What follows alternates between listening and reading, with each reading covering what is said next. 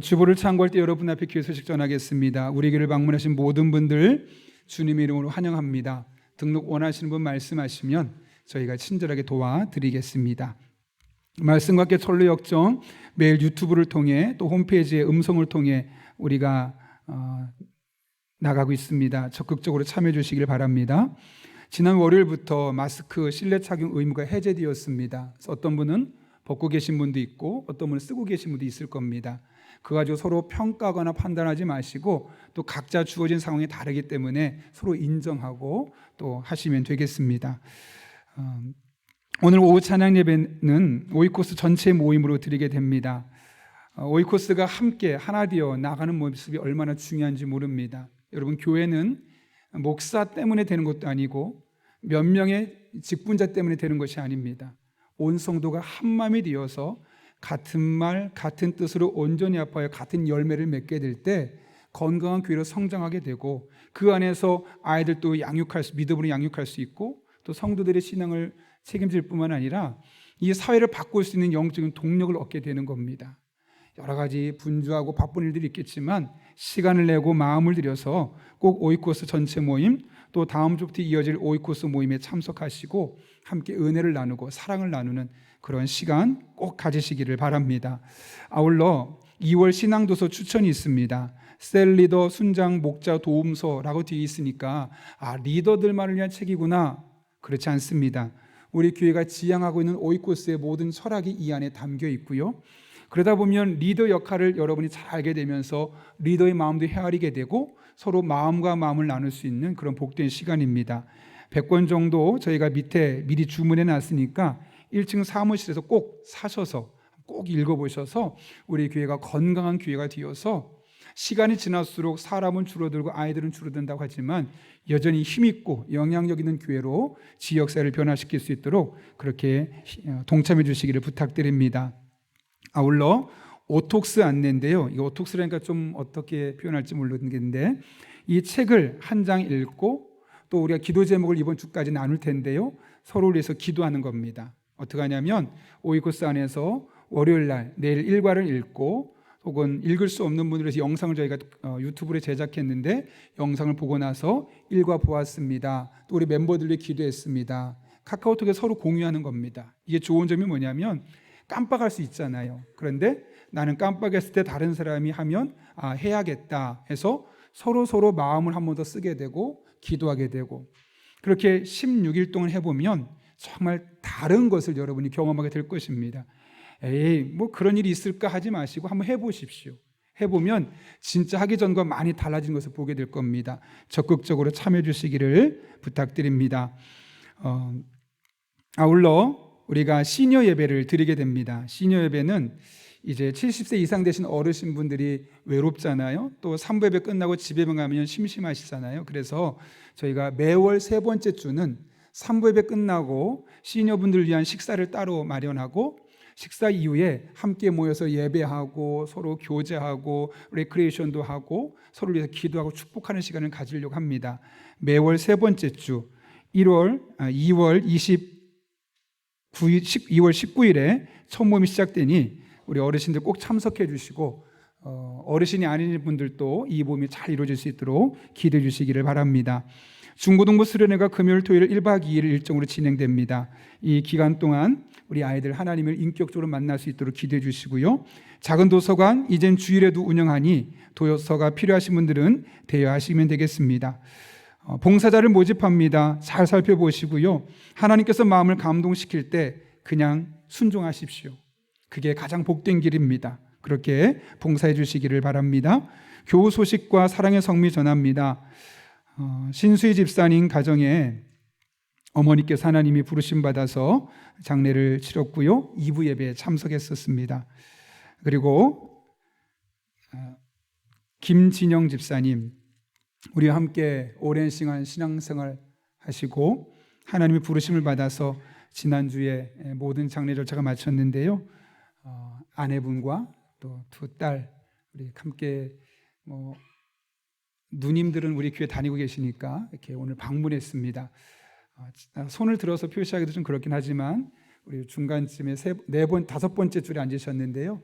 우리 작게라도 힘내시라고 격려와 위로 박수 한번 작게 쳐드리겠습니다.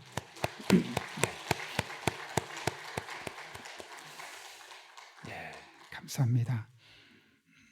출산 소식도 있습니다. 진현진 공인선 성도님 가정에 하나님 귀한 딸을 주셨습니다. 잘 키우고 귀한 아이로 성장할 수 있도록 기도해 주시길 바라고요.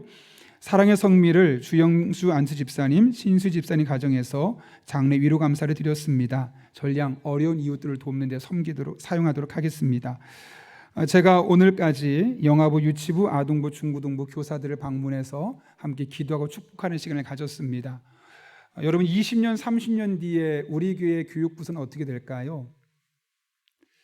지금 준비하지 않으면 그때 어떻게 될지 모릅니다.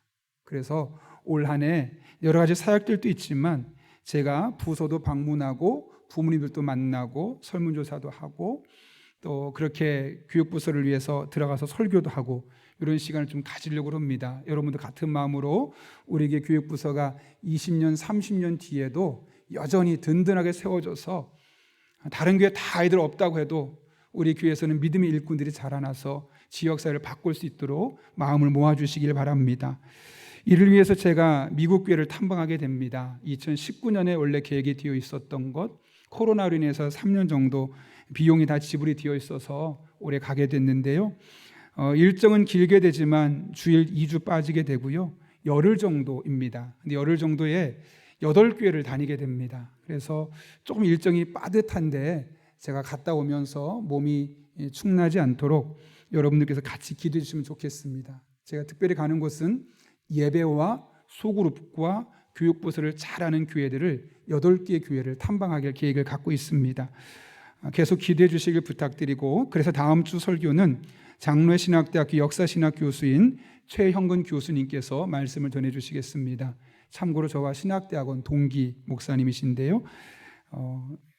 나머지 자세한 광고는 주보를 참고해 주시고 우리 함께 기도하고 하나님의 말씀 나누겠습니다. 거룩하신 아버지 하나님, 오늘도 불러주시고 예배하며 말씀 듣게 하신 은혜 감사합니다. 오늘도 말씀을 듣는 이 시간 우리의 마음의 문을 활짝 열어주시고 내게 주신 말씀으로 들려지는 복된 시간 되게 하여 주옵소서. 예수님의 이름으로 기도하옵나이다. 아멘. 우리 한번 앞뒤 좌우에 있는 분에게 정말 오랜만인데 10초만 숨을 멈추시고 내리고 축복의 통로입니다 이렇게 인사하겠습니다. 얼굴 한번 오랜만에 보시죠.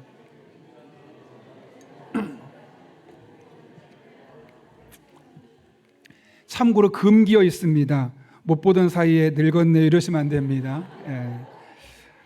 제가 명절에 갔더니 저희 형님이 저한테 그러더라고요. 동생이 나보다 흰머리가 많아 그러면서 하여튼 금기어입니다.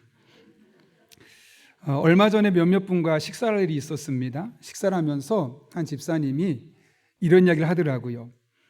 사람을 똑똑한 사람과 덜 똑똑한 사람, 열심 있는 사람과 게으른 사람 이렇게 네 부류로 나누고 나서 똑똑하면서 열심인 사람, 똑똑하지만 게으른 사람, 반대로 덜 똑똑하면서 열심인 사람, 덜 똑똑한데 게으른 사람 중에 기업에서는 어떤 사람을 가장 선호할까? 어떤 사람을 가장 좋아할까요? 똑똑하고 열심인 사람이 아닙니다. 똑똑한데 약간 게으를 수 있는 사람. 게으르다는 것은 아무것도 안 한다는 것이 아니라 충분히 생각하고 고민하고 나서 일을 처리하는 사람을 말하는 거죠. 그러면 여러분 기업에서 가장 기피하는 대상은 어떤 사람일까요? 덜 똑똑한데 열심인 사람. 왜냐하면 어디서나 가서 열심을 내다 보니까 가는 데마다 사건 사고 터지고 문제가 생긴다는 거예요. 제가 예전에 사역했던 교회에서 한 담임 목사님께서 부목사님에게 생각부터 먼저 보고하세요라고 했던 목사님이 계십니다. 정말 열심히 그 분야의 전문가였거든요. 박사기까지, 석사기까지 받았고 그 분야의 전문가인데 더군다나 일도 열심히 하시는 분이세요. 근데 문제가 뭐냐면 너무 열심히 하는데 담임 목사님의 의중과 교회 방안과 상관없이 자기가 하고 싶은 대로 열심히 하는 거예요. 그러니까 부서를 가서 뭔가 일은 많이 되는데 자꾸 사건 사고가 나니까 목사님이 열심인 건 알겠지만 앞으로 일할 때 무슨 생각을 갖고 있는지 먼저 보고하고 일을 하라고. 이야기를 하더라고요. 제가 그 집사님이 이야기를 듣고 또 전에 사역했던 교회를 생각하며 어떤 사람이 잘 일하는 사람일까 생각해 봤습니다. 그것은 똑똑하다고 해서 자기가 원하는 대로 일하는 사람이 아니라 대표의 마음을 헤아리는 사람, 마치 주인의 마음을 헤아리는 종의 자세로 일하는 사람이라는 것을 깨닫게 되었습니다. 여러분, 이것이 비단 사람에게만 국한될까요? 교회도 마찬가지 아니겠습니까? 좋은 교회, 건강한 교회, 하나님께서 주목해 보는 교회는 어떤 교회겠습니까? 나름대로 많은 프로젝트를 해서 그 프로젝트를 통해서 많은 일들을 한다고 인정받는 교회가 정말 좋은 교회고 건강한 교회일까요? 물론 그럴 수 있는 가능성도 있겠지만 하나님께서 주목하시는 교회는 하나님의 마음을 가장 먼저 헤아리고 하나님께서 무엇을 원하실까? 하나님께서 무엇을 기뻐하실까를 늘 고민하며 그 일들에 올인하는 교회가 하나님이 주목해 보시고 기뻐하는 건강한 교회가 아니겠습니까? 무엇보다 내가 하고 싶은 것이 아니라 하나님께서 원하시는 것, 그것을 늘 찾아가는 그런 교회가 건강한 교회가 될 수밖에 없는 것이죠. 하나님은 그런 교회를 주목해 보십니다. 그리고 그런 교회를 통해서 일하시는 것을 우리가 목도할 수 있게 됩니다. 바라기는 우리 교회가 그런 교회가 될 수 있기를 바랍니다. 나가 우리 용인원학교의 모든 성도들은 늘 내가 원하는 일이 우선순위가 아니라 하나님이 원하는 것이 무엇일까? 하나님께서 내게 시키는 일은 무엇인가를 늘 고민하고 그 일을 찾아갈 때 여러분 한 분 한 분을 통해 일하신 하나님이 여러분의 삶 가운데 날마다 경험될 수 있기를 예수님의 이름으로 축원합니다. 오늘 본문은 안디옥 교회에서 일어났던 한 사건을 우리에게 언급하고 있는데요. 어느 날 성령께서 안디옥 교회 지도자들의 마음속을 감동하셨습니다. 그리고 바나바와 사울이라는 사람을 따로 불러 세우라 라고 이야기합니다. 왜 그러셨을까요? 오늘 본문 2절의 말씀 보니 그 이유를 이렇게 말합니다. 주를 섬겨 금식할 때 성령이 이르시되 내가 불러 시키는 일을 위하여 바나바와 사울을 따로 세우라. 여기 아주 중요한 표현이 있죠. 뭐라고 말합니까? 내가 불러 시키는 일을 위해서 두 사람을 세우라는 겁니다. 이게 무슨 말일까요? 하나님께서 원하시는 일, 하나님께서 시키시는 일이 있다는 거죠. 그럴 때 우리는 어떻게 반응해야 할까요? 오늘 본문 3절에 보면 안디옥 교회 성도들이 이렇게 반응했습니다. 이에 금식하며 기도하고 두 사람에게 안수하여 떠나보내니라. 여기 3절을 보게 되면 이에라는 표현이 나오는데요, 원문을 보게 되면 토테라는 단어입니다. 이것은 뭐냐면 바로 그때, 즉시라는 의미를 갖고 있습니다. 이게 무슨 말이겠습니까?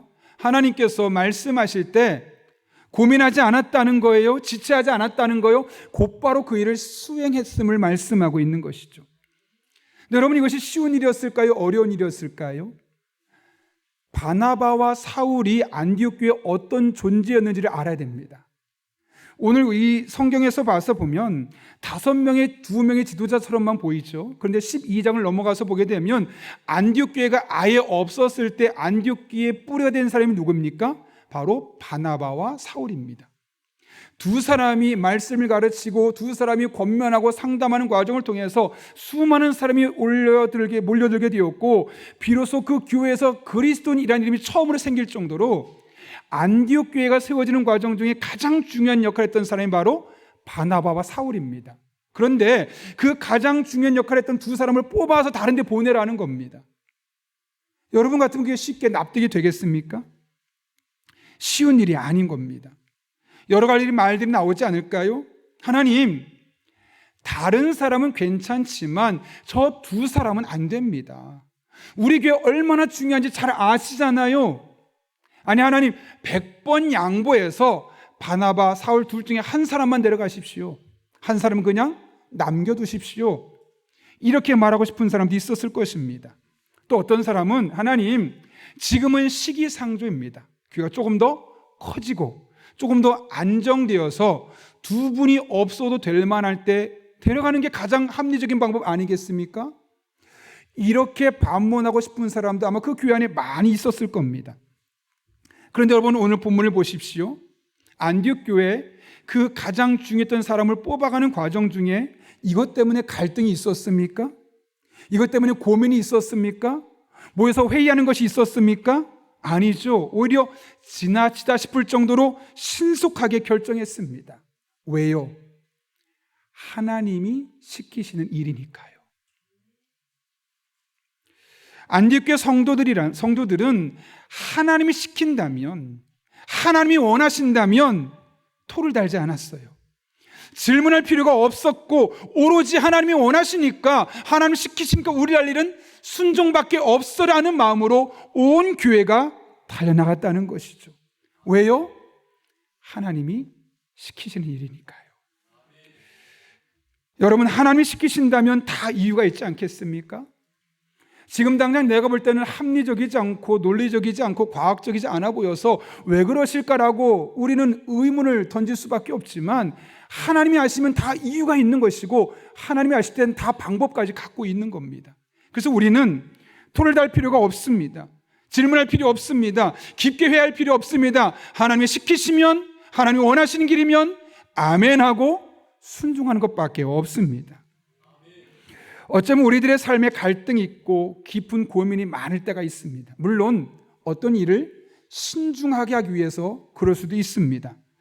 그러나 어쩌면 그것이 하나님께서 원하신 것이 아니라 내가 하고 싶어서, 내 소원이기 때문에, 아니면 누군가가 나에게 원하기 때문에 어쩔 수 없이 해서 그런 일이 생기는 것은 아닌지 생각해 볼 필요가 있습니다. 그런 일은 반드시 갈등이 생기고 고민이 많아지고 일이 꼬일 수밖에 없는 겁니다.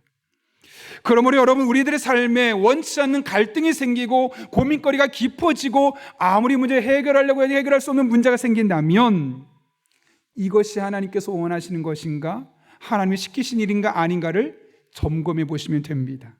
그리고 방향을 조정하면 됩니다. 그럼 하나님께서 반드시 그것을 통해서 일하시는 것을 목도하게 될 것입니다. 여러분, 빌리 그레엄 목사님 많이 들어보셨죠? 그분의 손자 중에 튤리안 차비든이라는 분이 있어요. 그분이 책을 썼는데 제목이 독특해요. Jesus plus nothing equal everything, 이렇게 되어 있습니다. 이게 무슨 말이겠습니까? 예수님과 nothing, 아무것도 아닌 것이 더해지면 모든 것이 된다는 거죠. 이 책을 쓰게 된 이유가 있습니다. 아버지가 워낙 세계적인 목회자잖아요. 할아버지가요. 그렇죠? 빌리 그레엄. 그 할아버지의 아들도 목사고 본인도 목사인 거예요. 3대째 목사인 겁니다. 그러니 여러분, 얼마나 이 일을 하는데 수월했겠습니까? 무슨 일을 하려고 하면 빌리 그레엄 목사님의 손자래.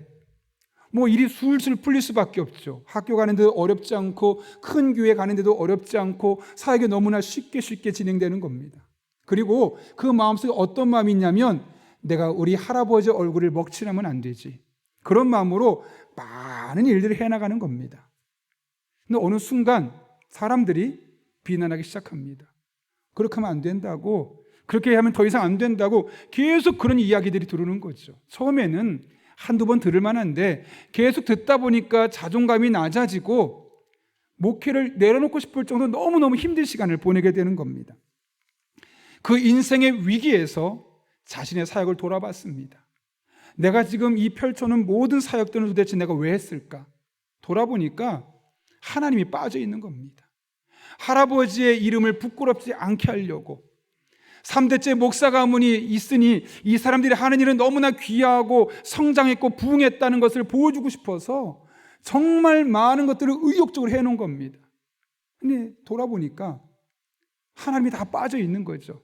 자기를 드러내고 자신의 가문을 드러내고, 그래서 많은 것을 했는데 보고 나니까 nothing이라는 거예요. 아무것도 아니라는 거예요. 그러면서 이런 이야기를 남겼습니다. 내가 시도한 something은 전부 nothing이었다. 내가 지금까지 이런저런 일들, something으로 시도했던 모든 것들은 지나보니 아무것도 아니었다는 겁니다.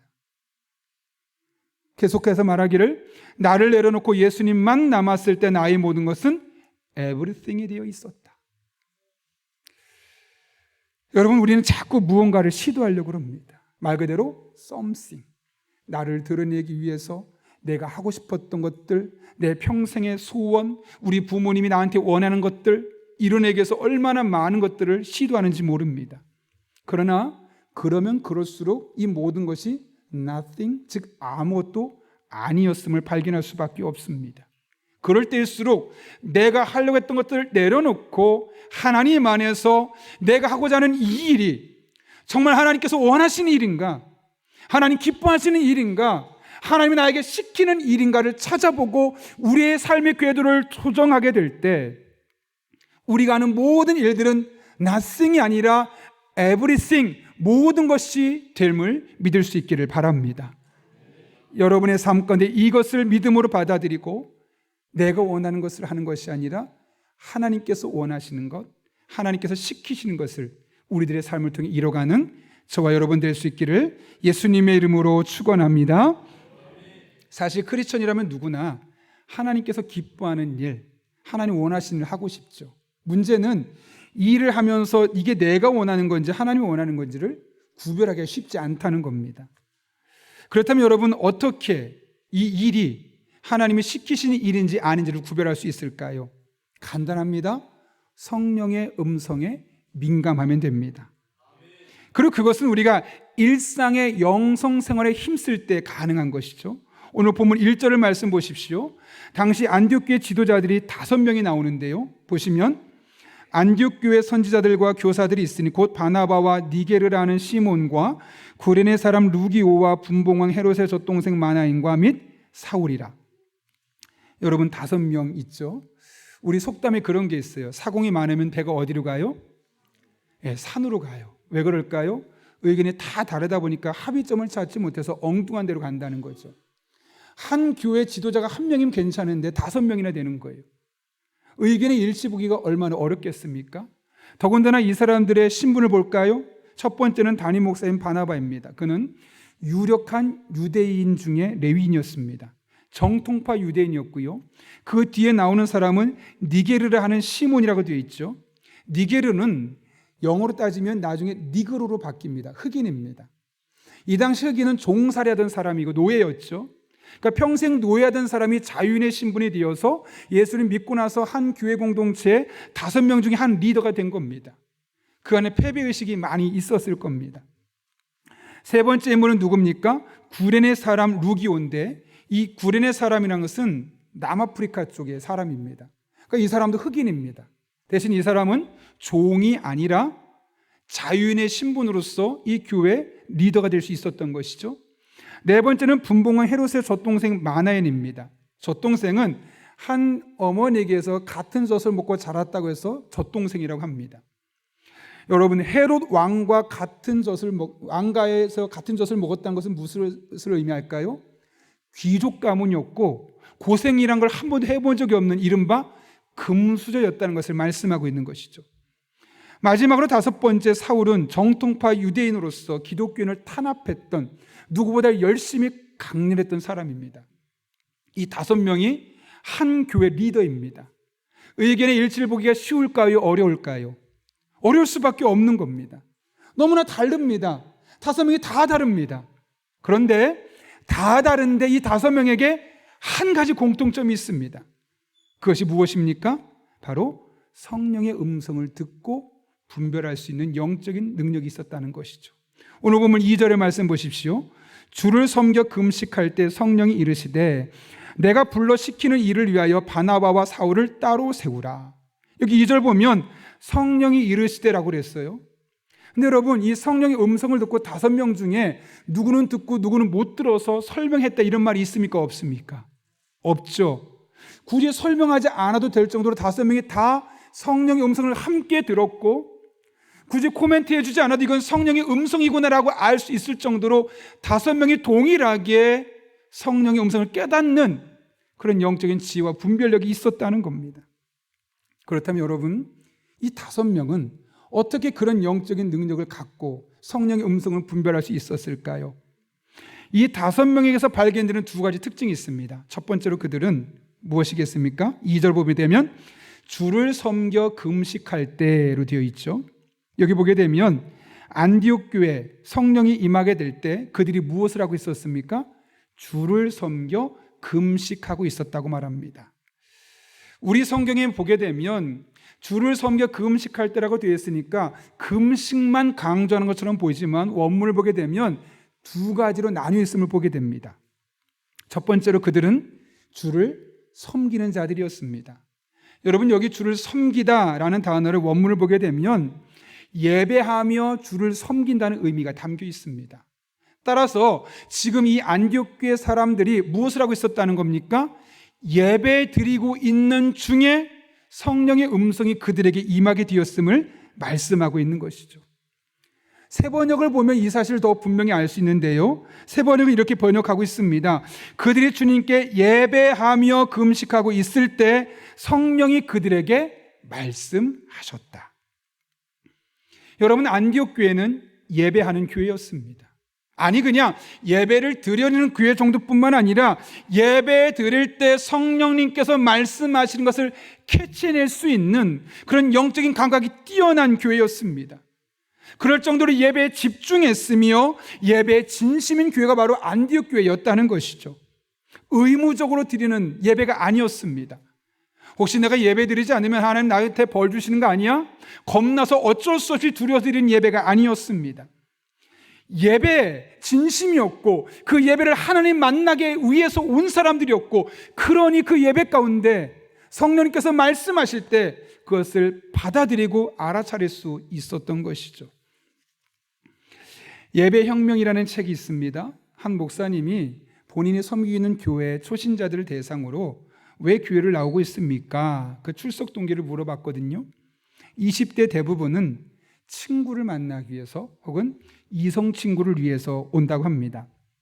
30대는 내가 그래도 이제 30대가 되었으니 좀 신령한 그런 영적인 지식들을 좀 알고 싶다, 그런 의미에서 신령한 지식을 탐구하기 위해서 30대가 모인다고 그러고요, 40대는 직장에서 소모품으로 쓰임받다가 내가 좀 이 소속감을 갖고 싶다, 그런 마음에서 40대들이 예배를 드리러 모인다고 합니다.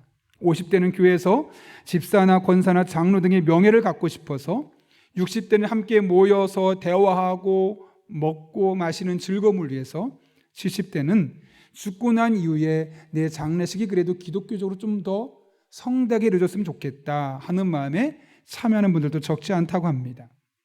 물론 모든 분들이 다 이런 목적으로 예배드리는 것은 아닐 겁니다. 그러나 그럼에도 불구하고 적지 않은 분들이 예배의 왜곡된 관점으로, 잘못된 관점으로 예배를 드리고 있음을 말씀하고 있는 것이죠. 그렇다면 여러분, 우리의 예배가 하나님의 임재를 경험하고 성령께서 다가와서 우리에게 말씀하실 때 그것을 캐치할 수 있는 예배가 될 수 있기 위해서 우리는 어떻게 예배를 드려야 되겠습니까? 예수님께서 분명히 말씀하셨죠. 요한복음 4장 23절과 24절 말씀입니다. 참되게 예배를 드리는 사람들이 영과 진리로 아버지께 예배를 드릴 때가 온다. 지금이 바로 그때이다. 아버지께서는 이렇게 예배를 드리는 사람들을 찾으신다. 하나님은 영이시다. 그러므로 하나님께 예배를 드리는 사람은 영과 진리로 예배를 드려야 한다. 어떻게 드리라고요? 영과 진리로. 영은 성령의 안에서 성령 충만한 가운데 예배를 드리라는 것이죠. 진리는 무엇이겠습니까? 진리인 말씀을 중심으로, 말씀을 기초로 해서 예배를 드리라는 거죠. 여러분, 말씀을 기초로 예배 드리는 것이 무엇이겠습니까? 성경에서 찬송할 때 어떻게 하라고 그러죠? 앞에 사람 뒤통수를 바라보며 입을 꼭 다물고 하라고 합니까? 아니죠. 박수치며 춤을 추며 감사하며 찬양하라고 그러죠. 그러면 여러분, 우리가 영과 진리로 예배 드리려면 어떻게 찬양하는 것이 옳을까요? 앞에 찬양을 인도할 때 혹은 봉헌 찬양을 할 때 가만히 앉아서 뒤통수를 바라보는 것이 아니라 내가 적극적으로 참여하는 겁니다. 말씀, 진리의 말씀이 찬양하라고 한 대로 하는 겁니다. 감사의 마음을 듬뿍 담고 찬양하며 박수치며 마음을 담아서 하나님을 경험하기 위해서 예배 찬양하는 겁니다. 기도할 때도 마찬가지 아니겠습니까? 전심으로 기도하고 마음을 담아 기도하고 욕심을 담지 않고 기도하고 아멘으로 화답하고, 말씀을 드릴 때도 마찬가지입니다. 어느 누군가를 위한 말씀이 아니라 오늘도 선포되는 말씀이 내게 주신 말씀으로 받는 그 은혜를 위해서 기도하라고 말씀하지 않습니까? 그럼 하나님의 말씀을 들을 때 아멘으로 받는 겁니다. 그래서 그 주신 말씀이 내게 주신 말씀으로 그 순간 들려지게 되는 것이죠. 이것이 바로 진리 안에서 드려지는 예배입니다. 소극적인 예배가 아니라 하나님의 말씀이 찬송하라고 한 방법대로 찬송하고, 기도하라고 한 대로 기도하고, 말씀을 듣고 반응하라고 한 대로 반응하고, 그것이 영과 진리로 드려지는 예배죠. 안디옥교회 성도들은 적어도 그런 예배를 드리게 된 것이고, 그렇게 예배 드리는 가운데 성령께서 마음을 두드리고 감동하실 때 그 하나님의 음성을 듣고 그 하나님의 음성에 반응할 수 있는 영적인 은혜가 있었다는 것이죠. 바라게는 우리 용인영락교회 모든 성도님들 영과 진리로 예배할 수 있기를 바랍니다. 제 예배 때마다 성령 하나님께서 여러분의 마음을 감동하고 여러분의 마음에 찾아오실 때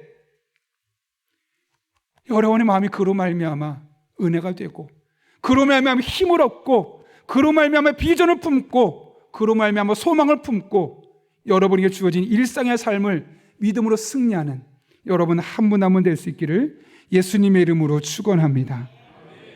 그런가 하면 성령이 임하던 순간 안디옥 교회 성도들이 무엇을 했습니까? 아까 뭐라고 그랬죠? 주를 섬겨 금식했다. 첫 번째는 예배했다면 두 번째는 금식했다는 겁니다. 여러분, 금식이 무엇이죠? 본질적으로 굶는 겁니다. 여러분, 음식이 사람에게 큰 기쁨을 주죠. 그래서 많은 사람들이 맛집을 찾아서 1시간, 2시간 차를 타고 떠나기도 합니다. 제가 지난 주간에 좀 9시, 10시 늦게 퇴근하다 보니까 저녁밥을 그때 가서 먹었습니다. 사실 저는 밥 먹는 거 별로 안 좋아합니다. 늘 말하지만 알약 하나 먹고 일주일을 버티고 알약 하나 먹고 한 달을 버티면 좋겠다. 그게 제가 갖고 있는 지론입니다. 그래서 밤 10시 돼서 밥 먹기 귀찮아가지고 아내와 아이들 앞에서 나는 이 알약 하나 딱 먹고 이거 먹으면 한 달 동안 아무것도 안 먹으면 좋겠다 하고 저희 큰아들을 쳐다봤습니다. 호응해 달라는 거죠. 저희 큰아들이 뭐라고 했을까요? 아빠 안 돼요. 저는 먹는 즐거움을 포기할 수 없어요. 제 아내가 맞장구 치더라고요. 사람에게 먹는 즐거움이 있습니다. 근데 여러분, 금식한다는 것은 무엇을 의미할까요? 이 먹는 즐거움을 절제하겠다는 거예요. 그 먹는 즐거움을 포기하겠다는 거예요. 그래서 금식을 이렇게 정의하기도 합니다. 육체 쾌락을 이겨내고 하나님으로부터 영적인 감동을 받기 위해 죽을 각오로 드리는 적극적인 행위. 금식이 뭐라고요?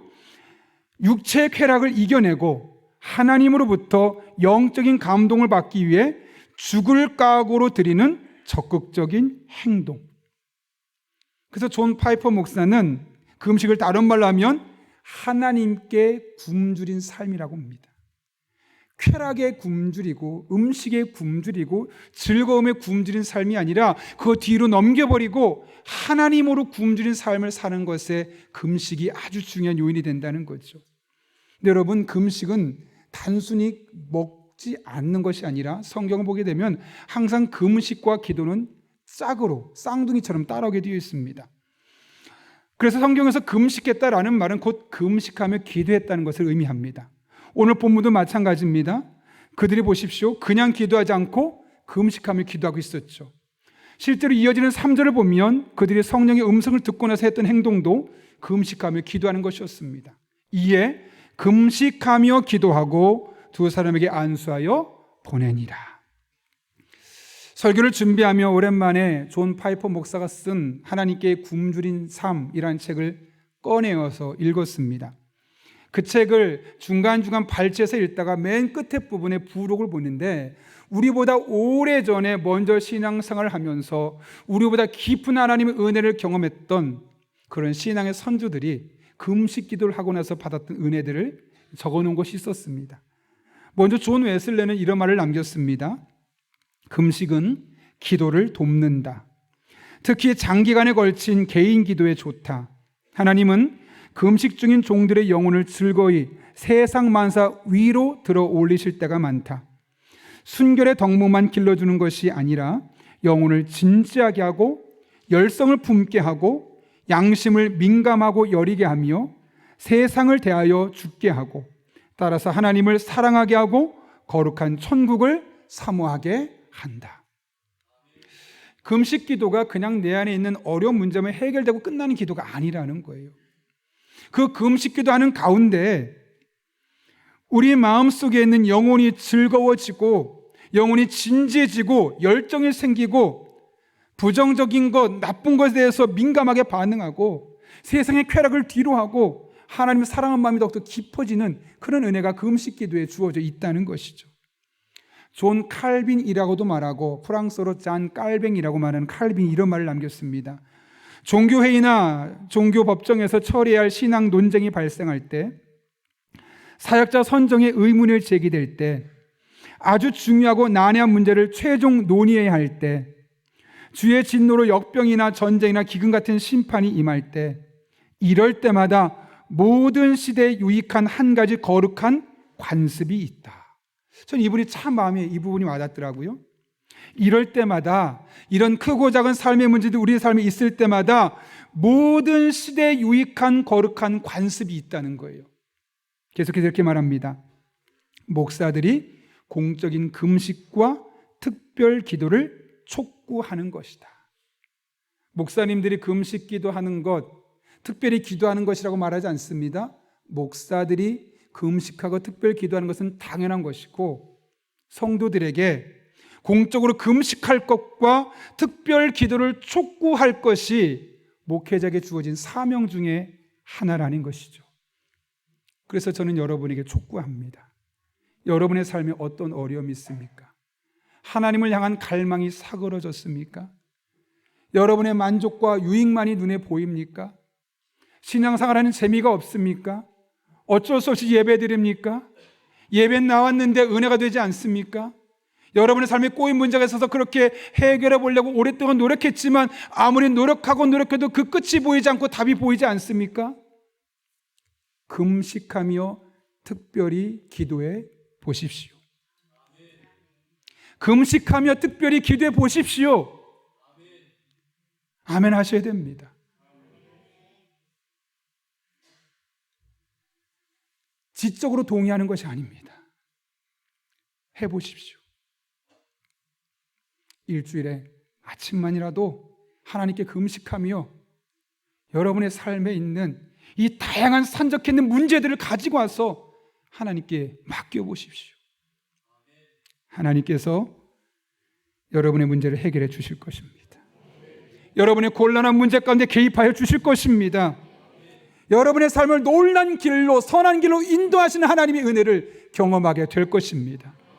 바라기는 이런 은혜를 경험하는 여러분 한 분 한 분 될 수 있기를 예수님의 이름으로 축원합니다. 우리 함께 기도하겠습니다. 이 시간 기도할 때 한 1분 정도만 기도하려고 하는데요, 오늘 말씀을 기억하며 우리가 하나님 앞에 이렇게 기도하겠습니다. 하나님, 제가 주님 앞에 나아가길 원합니다. 특별히 하나님 앞에 금식하며 기도하게 해주시고 하나님 앞에 영과 진리로 예배하게 도와주셔서 나를 찾아오시고 말씀하시는 성령의 음성에 민감하게 도와주시고, 그래서 내가 원하는 일이 아니라 하나님께서 원하시는 일, 하나님께서 기뻐하신 일을 감당하는 주의 종들 되게 하여 주옵소서. 그리고 우리의 삶에 꼬인 문제들이 풀려지게 하여 주옵소서. 우리 이런 마음으로 한 1분 정도 주님의 도우심을 구하며 함께 기도하겠습니다. 거룩하신 아버지 하나님, 오늘 또 우리를 불러주신 데 감사합니다. 영과 진리로 예배하길 원합니다. 금식하며 기도하길 원합니다. 그럴 때 우리가 성령의 음성에 민감하게 반응하는 자들에게 도와주시고, 그럴 때 내가 원하는 것을 추구하는 것이 아니라 하나님께서 원하시는 것, 하나님께서 기뻐하시는 것, 하나님 시키신 일을 감당하게 도와주시고, 그렇게 하나님 영광에 귀하게 쓰임받는 주의 종들 되게 하여 주옵소서. 하나님만을 바라보며 나아가기를 원하오니 우리 주의 종들의 삶 가운데 여러 가지 답답한 일이 있습니다. 어린 현실들이 있습니다. 영적인 침체에서 벗어나지 못하고 어쩔 수 없이 날마다 예배하는 성도들도 있습니다. 금식하며 기도하고 영과 진리로 예배할 때 성령 주시는 마음을 따라 움직이고 활동할 때 하나님이 모든 문제 해결되게 하여 주시고, 하나님의 놀라운 능력을 경험하게 도와주시고, 하나님 안에 감격적으로 기쁨으로 예배하며 살아갈 수 있는 주의 종들의 삶 되게 하여 주옵소서. 우리 성도들에게 이런 은혜가 회복되게 도와주옵소서. 우리 성도들의 삶을 지켜주시고 우리 성도들의 삶에 이런 하나님의 은혜가 날마다 경험되게 도와주셔서 하나님 때문에 살고 하나님으로 말미암아 힘을 얻고 하나님의 은혜가 우리 입술에서 끊임없이 고백될 수 있도록 복의 복을 더하여 주옵소서. 거룩하신 아버지 하나님, 오늘도 귀한 말씀을 통하여 영과 진리로 예배하고 금식하며 기도하는 자에게 성령께서 말씀하실 때 그것을 깨달을 수 있는 영적인 지혜가 우리에게 있을 뿐만 아니라 그럴 때 비로소 나의 만족과 유익과 내가 원하는 것이 아니라 하나님 시키시는 일, 하나님 기뻐하는 일을 감당할 수 있도록 알게 하시는 애 진심으로 감사를 드립니다. 영과 진리로 예배하는 예배자들 되게 도와주시고 늘 깨어 금식하며 기도할 때 우리의 삶을 새롭게 하시는, 우리를 선한 길로 인도하시는, 우리의 삶의 문제를 해결하시는 하나님의 놀라운 은총을 경험하는 용인 영락교회 성도들 되게 하여 주옵소서. 이 한 달 동안, 올 한 해 동안 이 하나님을 만나는 복된 성도들 되게 할 줄로 믿사오며 예수님의 이름으로 기도하옵나이다. 아멘.